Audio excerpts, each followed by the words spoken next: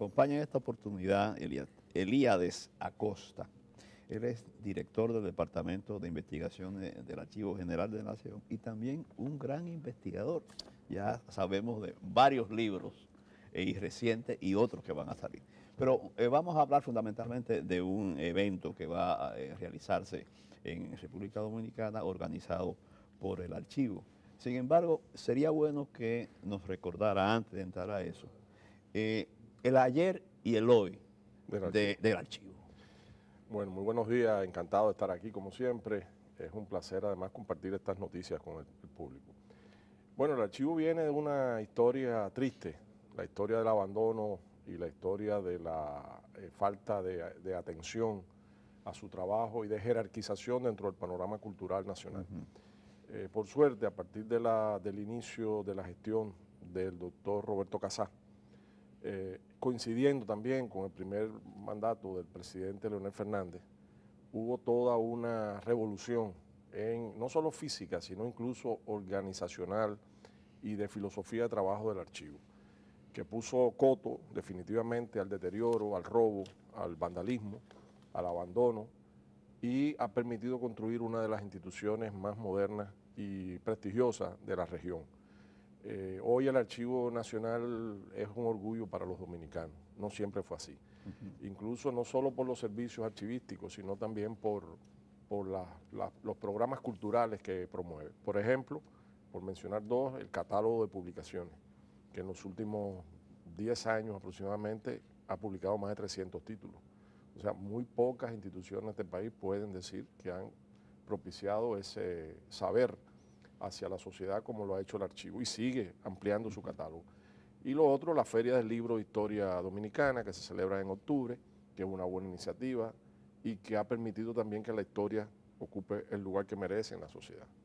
Sí, bueno, un renglón sumamente importante ha sido el proceso de digitación de la prensa. Exacto. Una prensa que empezó en 1845 hasta ahora. Entonces, ¿cómo va eso?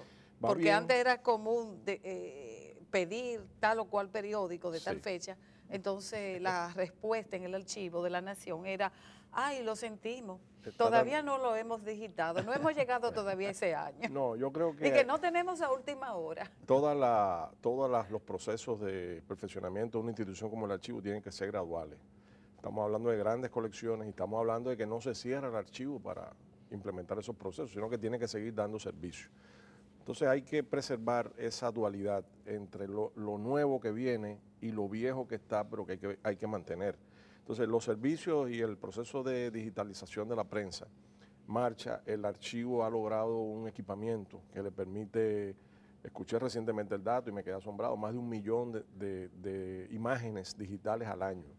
O sea, 1 millón de imágenes digitales al año es mucho. Estamos hablando de imagen, es una página de un periódico o una página de un libro, cada imagen, o una fotografía. Entonces, eso viene avanzando bien, se está llevando un control y hay una...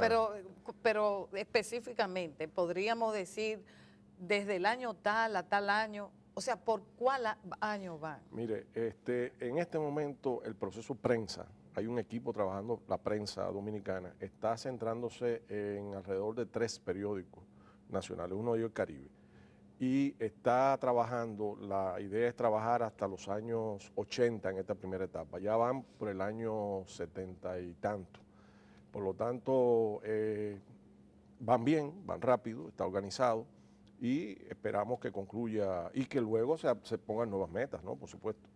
Bueno, vamos a centrarnos en el evento. Sí. Es una reunión, la sexta ya, que se hace en República Dominicana. Dime cuándo, dónde, qué resultados esperados, quiénes participan.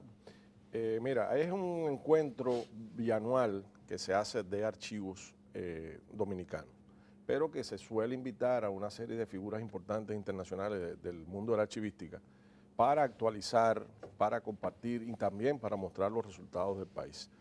Este sexto encuentro va a estar también coauspiciado por la Oficina Presidencial de Tecnología de la Información y Comunicaciones, la OPTIC, y va a llevarse a cabo los días 14 y 15 de junio de 9 de la mañana a 4 de la tarde en el gran salón del Hotel Sheraton de aquí de la capital.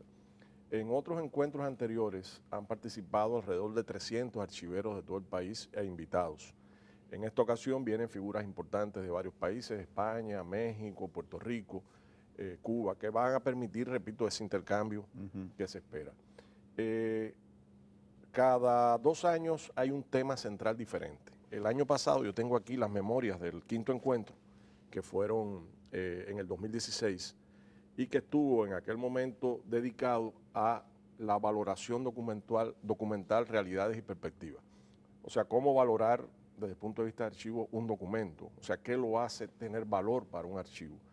En este caso, el tema central es la gestión documental y las nuevas tecnologías, precisamente, esto que usted hablaba, la administración electrónica de documentos. O sea, cuándo y cómo se debe preservar lo que nace digital o lo que se transforma a digital y cómo los archivos tienen que manejar esos flujos de información y cómo dar servicios con ellos.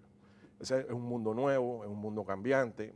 Pensemos, por ejemplo, que ya los discos de los CD o los DVD ya casi no se usan. Así es. Hay mucha información en esos soportes que tiene que migrar cada cierto tiempo para los nuevos soportes más modernos que permiten incluso consultar, lo que usted decía, consultar un CD con la prensa del Caribe del año 59, consultarlo en tu casa.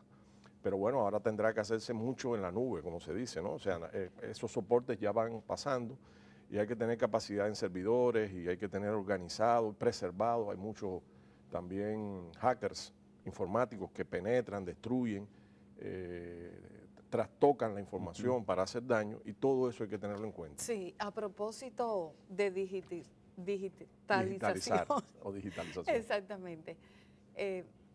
Los archivos del Palacio Nacional, toda esa documentación de Trujillo, pero del presidente Balaguer, del presidente Antonio Guzmán y bueno, todos estos años, ¿cómo va ese proceso?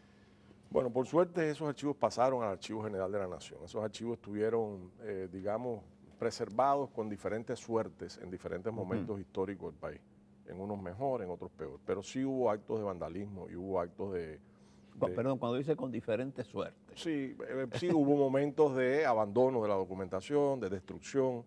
Hubo momentos donde una persona podía entrar al archivo y retirar documentación. Recordemos aquí que un proceso como el de Trujillo creó muchos cómplices y muchos participantes, uno de buena gana y otro por miedo. El que quiere investigar qué pasó con los bienes de Trujillo, bueno, eso es un no lo va a encontrar en el archivo. Eso es un problema. Porque están en manos privadas. Bueno, sí, privadas. Y hay mucho que se hizo en algún momento también para ocultar complicidades, incluso crímenes, y eso hizo vulnerable los archivos. Ahora, por suerte, todo eso pasó al Archivo General de la Nación, el Fondo Presidencia se llama, y tiene allí el mismo tratamiento de cualquier otro documento de archivo. Por ejemplo, a mí me ha tocado trabajar los fondos de Trujillo y están bien conservados, están ordenados. Es cierto que tú notas vacíos, pero como él era muy puntilloso, yo diría que fue un hombre que tuvo sentido del archivo, no solo porque creó el Archivo Nacional, el edificio, sino porque tenía sentido de que la información era poder.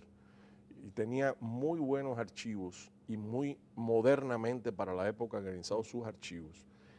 Entonces, en ese mismo afán de control que tenía el de la información, un mismo documento se copiaba varias veces y se pasaban, por ejemplo, digamos, si recibían una información del embajador en Venezuela que tenía relación con algo que estaba pasando en Cuba, se sacaba copia para el Ministerio de Relaciones Exteriores, se quedaba Trujillo con una y se pasaba copia a la Embajada Cubana de República Dominicana en Cuba para que supiera de qué se trata. Entonces, ese grado de organización permite que aunque falte aquí, esté acá, o tú puedas rastrear documentos similares en otros ministerios, otras áreas, y puedes reconstruir un poquito el panorama. Sí, y en cuanto a la época de Balaguer, están también preservados. Pero ya están digitalizados. No. Toda esta documentación en general se está haciendo por etapas, es demasiado grande. No está digitalizada, salvo áreas o lotes puntuales que han sido priorizados por determinada razón. Eso va a tardar porque estamos hablando de millones y millones de documentos. Se está preservando, se está priorizando la prensa porque es de lo más demandado y es además de lo que más efímero es, porque la prensa es para que al día siguiente se vote el periódico. Sí. Pero a veces está muy dañada, pero la documentación en sí, que está bien preservada, que está organizada, ese proceso es por etapas y por lotes, digamos, de interés. Por ejemplo, trabajamos ahora en un convenio con la Fundación Juan Bosch. Trabajamos un proyecto durante 2 años para digitar la documentación de la Secretaría de la Presidencia. Eso se llama cronológico de oficio de la Secretaría, pero del año 63. Sí, o sea, los 7 meses de Bosch. Más los del Consejo de Estado previo, que fueron 2, o sea, 1 y medio hasta fines de febrero, y los del Triunvirato. Ahora, lo que orientó el director es empezar desde la muerte de Trujillo hasta las elecciones, o la toma, sí, las elecciones, fin de año 62, sí, y continuar hasta los años 60, todo lo que se pueda avanzar, para que tengamos unidad. Ahora, ahí, en ese solo año, eso implicó trabajar 35.000 documentos, seleccionar aproximadamente 3.000 comentados que van a ser publicados en 3 tomos por un convenio entre el Banco de Reserva y el Archivo General de la Nación. Pero es grande el universo. Hablamos de los visitantes asiduos del nuevo archivo.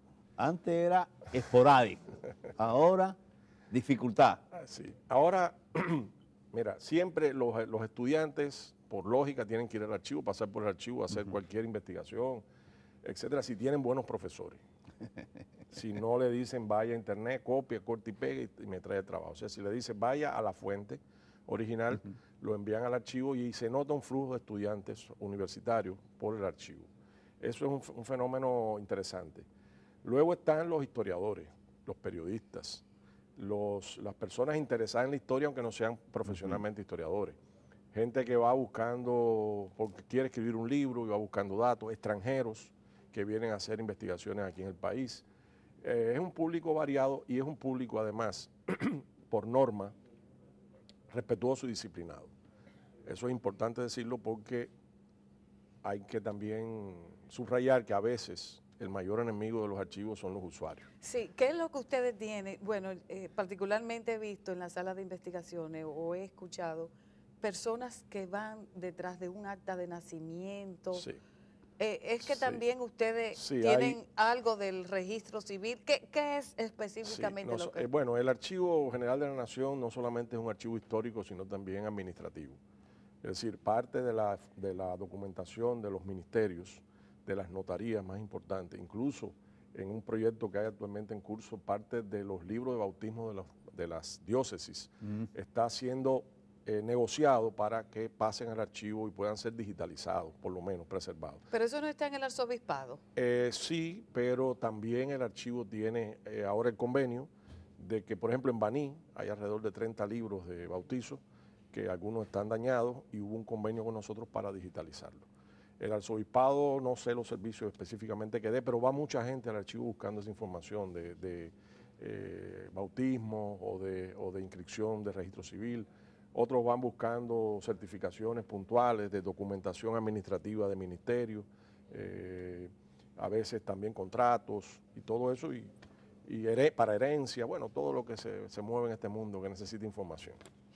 Háblanos brevemente de tu nueva entrega, que la anunciaste en la última vez que estuviste aquí, que estoy en esto.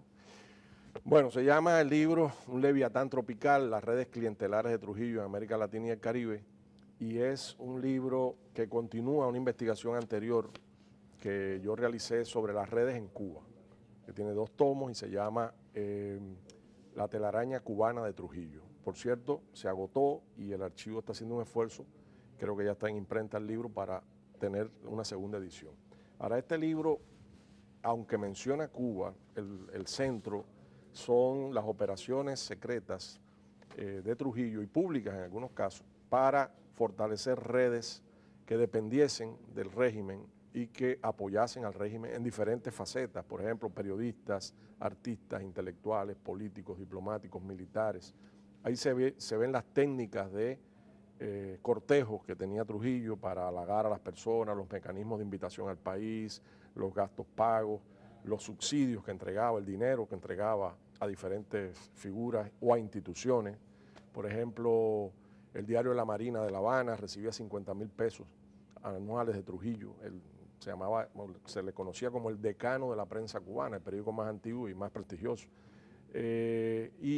Incluso aquí se da la investigación sobre 2 sindicatos anticomunistas que Trujillo mantenía en Chile. En Chile. En Chile, para tener sus votos en cualquier votación en organizaciones sindicales mundiales que quisieran condenarlo o hacer un boicot que ocurrió contra los productos dominicanos por la tiranía, pues él movía esos votos y no era él, eran chilenos que se solidarizaban con su régimen y se movieran. Ahí vienen los nombres de los funcionarios, los sobornos, el dinero, la forma en que se le daban órdenes o indicaciones a través de los embajadores. En fin, yo creo que es un libro que puede arrojar luz sobre aspectos poco conocidos del régimen, porque eran sobre todo en el exterior. Por lo tanto, no eran tan frecuentes divulgados aquí dentro del país. Sí, imaginamos que, bueno, ahí están las contrataciones de relaciones públicas en los principales periódicos internacionales. Así es, y los centros que creó fuera, las instituciones que manejó, que no eran exactamente políticas, eran culturales, eran hasta científicas, pero se inmiscuía en todo. Desde un proyecto internacional para el rescate de la Isabela, ahí viene ese caso, sí, hasta el vuelo Profaro de Colón, a través del Instituto Colombófilo Colombista Panamericano de La Habana. Impresionante. Todas las operaciones, bueno, no todas, lo que se ha podido documentar. Sí, también. bueno, siempre es un placer conversar y compartir con Elíades Acosta, director del Departamento de Investigaciones del Archivo General de la Nación. Muchas gracias. Así que muchísimas gracias. Gracias a usted. Y éxito en ese evento. Así es. Muchísimas gracias.